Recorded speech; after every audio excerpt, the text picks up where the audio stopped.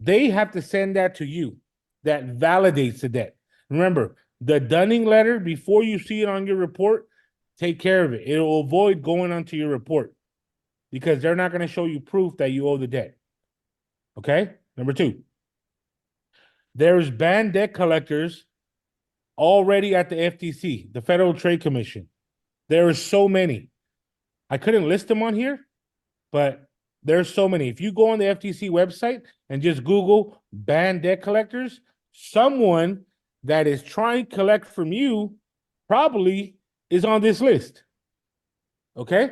So they shouldn't be collecting no money from you because they're banned. They violated some FDCPA rules. Okay? Third, now there's some that can't even collect in your state. If you go on this website, the NMLS website, Consumer Access, you can click Consumer Access here, type in portfolio recovery, and it'll tell you what states they can collect in. So if you moved and you're not in their state jurisdiction, they cannot collect from you. All right, so those are the three things before going into a collection. All right, next. All right, these are the states that some, like this one I think is portfolio. These were the states that they can collect in. All the states right here. So if your state's not in here, they can't collect from you. All right, just something to think about. And remember, this kind of information, you should help your mom or dad. You should help your sister and do it for free. Just, hey, sis, can I look at your credit profile? Not trying to get all in your business. I'm just trying to see, maybe you have a collection that someone's trying to collect from you that they can't even collect. You know, this is taking it a step forward. That's why I'm glad Nicole's recording this call so you guys can watch it, you know, for those members, okay? So this is important. Three things. Now, 3 ways to dispute, okay? Factual, consumer, and then Metro 2. Personally, I've never done Metro 2. Okay, so I'm not going to speak on that. But these are the 3 types of dispute. Factual, consumer, and then Metro 2. Okay, consumer, you're going after FCRA and FDCPA. Okay, if you guys don't know what those are, one is regulating the credit bureaus, the other one is regulating the collectors, the collections agencies. All right, so let's dive in real quick. I wish to get rid of a collection, it was literally Control-Alt-Delete. I wish we all had that power. We could just do Control-Alt-Delete. Hey, no more collection. Unfortunately, we got to do some legwork. Okay? And then everyone has different strategies. Just remember, what works for Nicole might not work for you right off the bat. It will work. You just got to be consistent. Don't just think that it's one round. Hey, Nicole, I did this one round like you told me on your YouTube video and it didn't work. Oh my God, like the world is over. No. Well, why didn't it work? Try it again. Maybe use a different font or review what you submitted. You know, there's different things that you can do. All right. So first things first. A collection will be removed from your report if it's inaccurate. What makes it something inaccurate? Okay.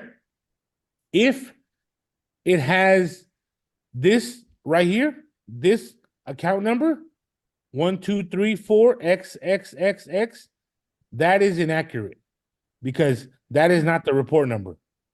They usually have the first 4 or the last 4. Another thing is to make it inaccurate is your name, your address, things like that can make it inaccurate and work in your favor.